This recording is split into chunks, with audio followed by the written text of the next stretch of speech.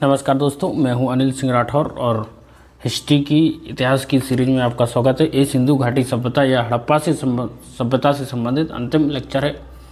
इस सेट के अंतर्गत ये फोर्थ सेट है। इसके अंतर्गत हम बचे हुए क्वेश्चनों को डिस्कस करेंगे, लेकिन उन क्वेश्चनों को करने से पहले एक बेसिक समझ लेना जरूरी है कि सिंधु घाटी की जो सभ्यता थी वो पहली चीज़ है कि शहरी सभ्यता थी। शहरी सभ्यता थी सिंधु घाटी की सभ्यता। और सिंधु घाटी सभ्यता के अंतर्गत जो प्रमुख स्थल हैं वो है मोहनजोदड़ो। यहाँ से विशाल स्नानागार मिला है, कुएं के साक्ष्य मिले हैं, और यहीं से हमें जो है नर्तकी की मूर्ति मिली है, डांसिंग गर्ल नर्तकी की मूर्ति मिली है जो कि कांसे की बनी हुई है। यानी कांसे की डांसिंग गर्ल हमें यहीं से प्राप्त हुई है। डांसिंग गर्ल जो कि कांसे की बनी हुई है वो हमें कहाँ से प्राप्त हुई है? मोहनजोदड़ो से। और मोहनजोदड़ो से हमें एक पुजारी की मूर्ति प्राप्त हुई है। यहाँ गर्ल की जो मूर्ति है वो बाएं हाथ अपने कमर पर रखी हुई है। ये गर्ल की मूर्ति है जो अपना बाएं हाथ एक कमर पर रखी हुई है और दाएं हाथ में चूड़ियाँ पहनी हुई है बहुत सारी। और भाई मोहनजोदड़ो से ही हमें एक पुजारी की मूर्ति प्राप्त हुई है, प्राइस्ट किंग की मूर्ति प्राप्त हुई है, जो बढ़िया आज की तरह जैसी वो दाढ़ी रखते हैं वैसी दाढ़ी रखे हुए और जिसे शॉल कहते हैं, हम कंबल कहते हैं, उसे लपेटे हुए है। ये पुजारी की मूर्ति है। और इसके अलावा मोहनजोदड़ो की अगर धार्मिक व्यवस्था की बात करें तो ये जो लोग हैं वो भगवान पशुपति शिव की पूजा करते थे, मातृ देवी की पूजा करते थे। इनका समाज मातृ सत्तात्मक था, यानी शिव की पूजा करते थे। कुछ लोग ऐसे भी थे जो भूत प्रेत यानी अंधविश्वास में विश्वास रखते थे, क्योंकि हमें ताबीज़ के भी प्रमाण मिले। तो कुछ लोग समाज में होते ही है जो कि अंधविश्वासी होते हैं, ताबीज़ पहनते हैं और धार्मिक भूत प्रेतों में विश्वास रखते हैं। और कुछ ऐसे स्थल हैं जहाँ सिंधु घाटी सभ्यता का विस्तार था। सिंधु घाटी सभ्यता की जो आकृति थी वो त्रिभुजाकार थी। इसके अगर विस्तार की बात करें तो मांडा कहाँ? जम्मू कश्मीर में मांडा। और इधर आपको अफ़गानिस्तान में मिल जाएगी। अफ़गानिस्तान में मुंडीगाक और सुरतागाई दो स्थान आपको जो अफ़गानिस्तान में मिलेगी, यहाँ पर था। और यूपी की बात करें तो यूपी में आलमगीरपुर उत्तर प्रदेश में इसका विस्तार था। और महाराष्ट्र की बात करें तो महाराष्ट्र तक इसका जो है पश्चिम में इसका विस्तार था। महाराष्ट्र में रायवाड़ा नामक जगह है, वहाँ पर इसका विस्तार था। तो ये इसके विस्तार की बात करें। अगर पतन की बात की जाए तो जलवायु परिवर्तन, बाढ़, नदियों का सूखना, आर्यों का आक्रमण, व्यवसाय का पतन, प्रशासनिक व्यवस्था का पतन, ये प्रमुख हड़प्पा सभ्यता या सिंधु घाटी सभ्यता के पतन के कारण है। हड़प्पा सभ्यता जो रावी नदी के बाएं तट पर स्थित था, और जब वहीं मोहनजोदड़ो जो था वो सिंधु नदी के तट पर स्थित था, इसलिए इसे सिंधुस्तान या चलुस्तान भी कहा जाता है। तो ये हड़प्पा सभ्यता के बारे में कुछ बेसिक नॉलेज था। और साथ में एक चीज़ और बता दें आपको कि एक पेड़ के ऊपर एक चिड़िया है जो मछली को दाबी हुई है। उसी पेड़ के नीचे एक लोमड़ी है जो कि उसके नीचे बैठी हुई है। इसकी जानकारी भी हड़प्पा सभ्यता में सिंधु घाटी सभ्यता से मिलती है।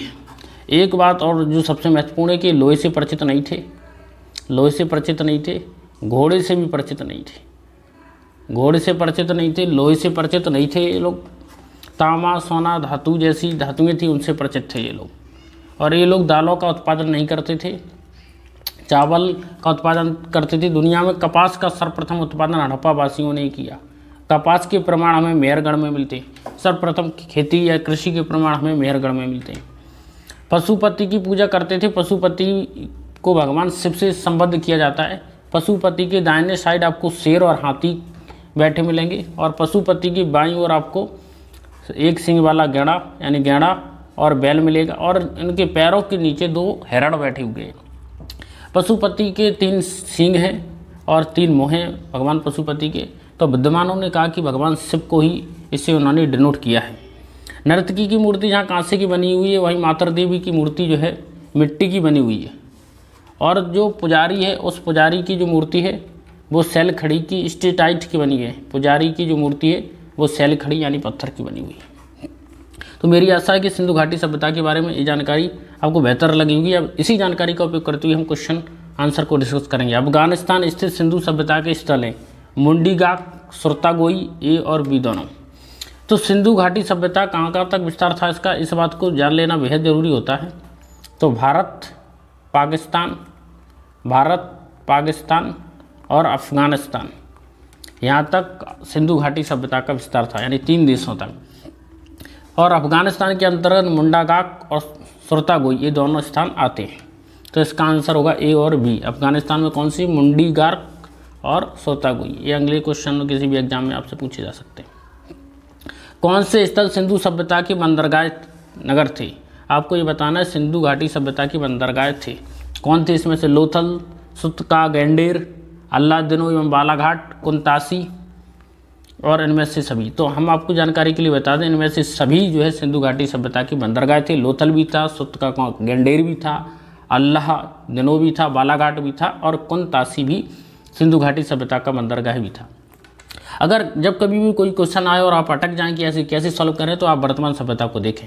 वर्तमान सभ्यता जो कि आधुनिक और वैज्ञानिक सभ्यता है, इसी सभ्यता के समान वर्तमान समाज के समान ही सिंधु घाटी सभ्यता का समाज था।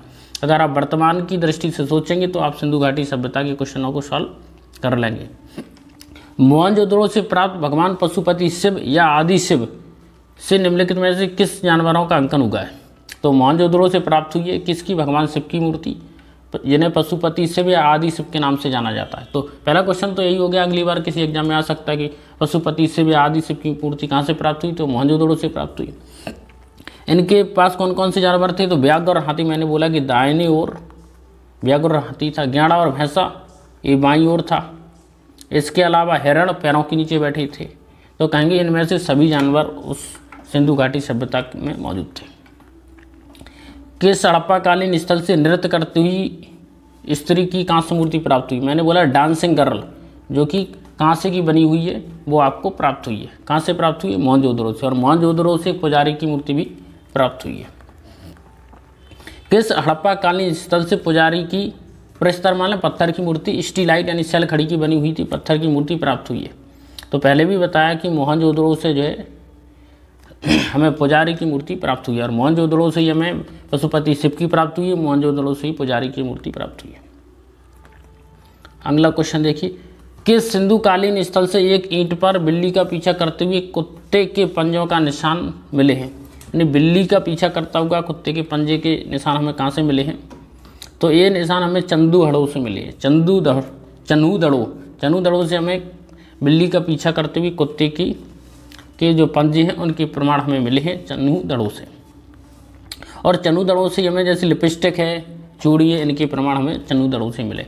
हड़प्पाकालीन स्थल से प्राप्त जार पर चोंच में दबाए मछली, चिड़िया मतलब चिड़िया है जो चोंच में मछली को दबाई हुई और पेड़ के नीचे खड़ी लोमड़ी का चित्रांकन मिलता है, जिसका संबंध पंचतंत्र की कहानी से। वो कहाँ से मिली है, हड़प्पा से मिली है, मोहनजोदड़ो से मिली है, लोथल से मिली। तो एक जो घटना है ये लोथल से संबंधित है। यानी लोथल में इस बात का पता चला है कि एक पेड़ है जिसके ऊपर एक चिड़िया बैठी हुई है और चिड़िया मछलियों को दबाई हुई है। उसी पेड़ के नीचे लोमड़ी है। लोमड़ी ये सोच रही कि चिड़ियों के मुँह से कब मछली छूटे और नीचे गिरे और फिर लोमड़ी मछली को खा लेगी। तो चिड़िया वो सोच रही है लोमड़ी की चिड़िया गाना गाएंगी और गाना गाएंगी तो मुँह खोलेंगी तो मछली गिरेगी और मछली गिरेगी तो लोमड़ी को भोजन मिल जाएगा। इसे आप लालची लोमड़ी भी कह सकते हैं। ये पंचतंत्र की कहानियाँ।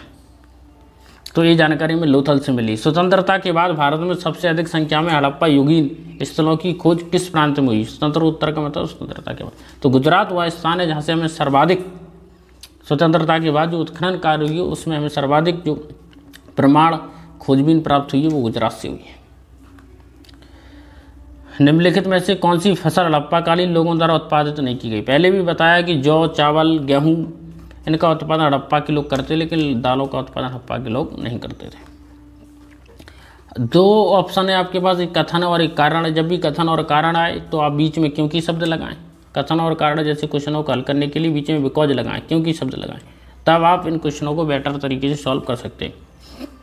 हड़प्पा तथा मोहनजोदड़ो अब विलुप्त हो चुके हैं। आए नहीं, अब है, अब विलुप्त हो चुके हैं। कारण ये दिया गया कि वे उत्खनन के दौरान प्रकट हुए थे। तो कैसे पढ़ाएंगे, क्योंकि लगाकर। हड़प्पा और मोहनजोदड़ो के शहर अब विलुप्त हो चुके हैं क्योंकि वे उत्खनन के दौरान प्रकट हुए थे। हाँ, उत्खनन के दौरान प्रकट हुए, इससे पता चला कि हड़प्पा और सिंधु घाटी की सभ्यताएं विलुप्त हो चुकी थी, नष्ट हो चुकी थी। तो इसका आंसर हो जाएगा पहला, कथन और कारण दोनों सही है। कथन कारण का सही स्पष्टीकरण करता है।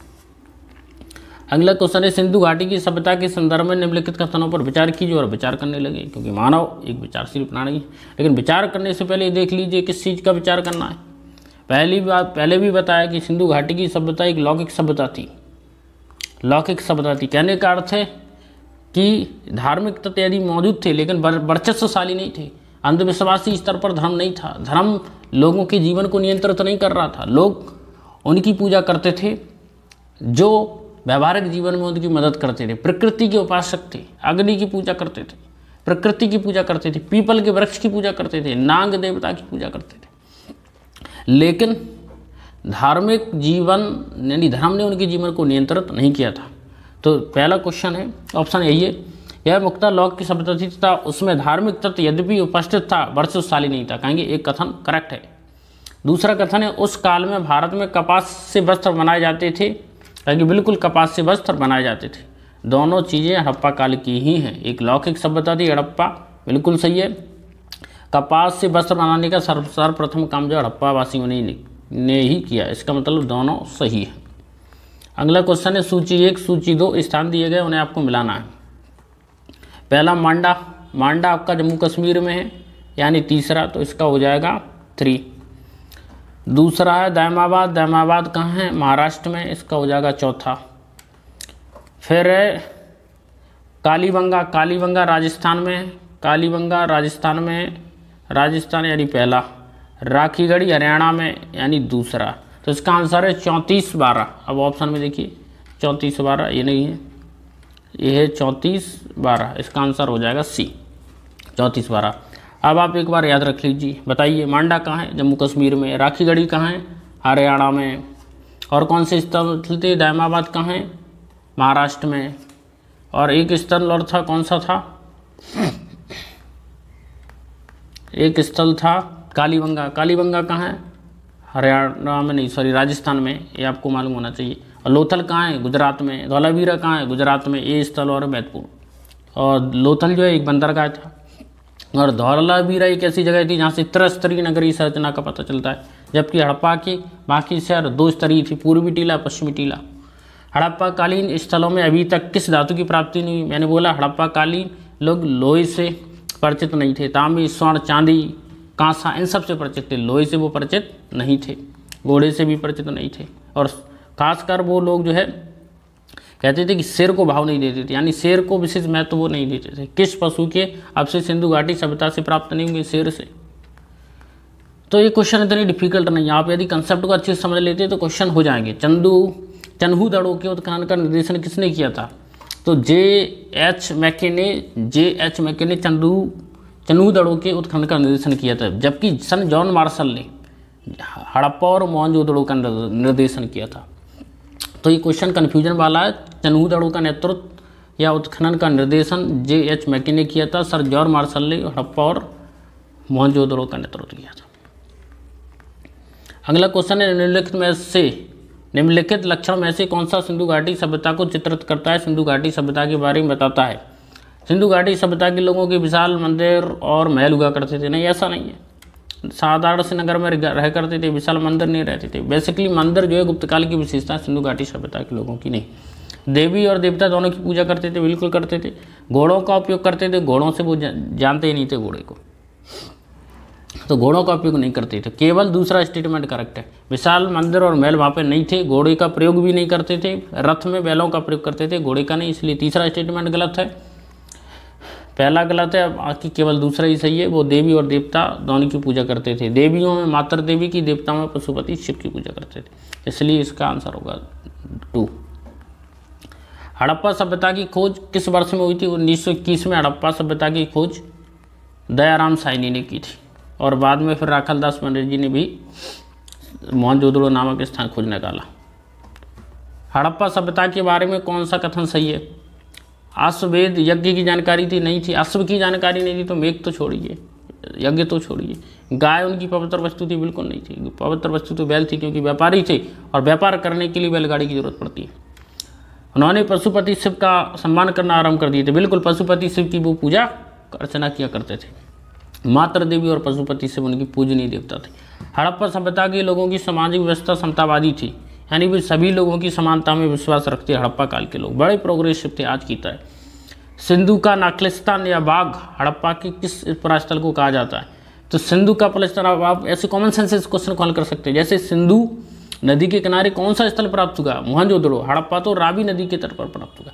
हड़प्पा तो रावी नदी के बाएं तट पर प्राप्त हुआ, इसलिए हड़प्पा आंसर नहीं होगा। इस सिंधु नदी के तट पर जो प्राप्त हुआ है, सिंधु नदी के तट पर, वो है मोहनजोदड़ो, तो इसका आंसर होगा मोहनजोदड़ो। जबकि कालीबंगन कहाँ है?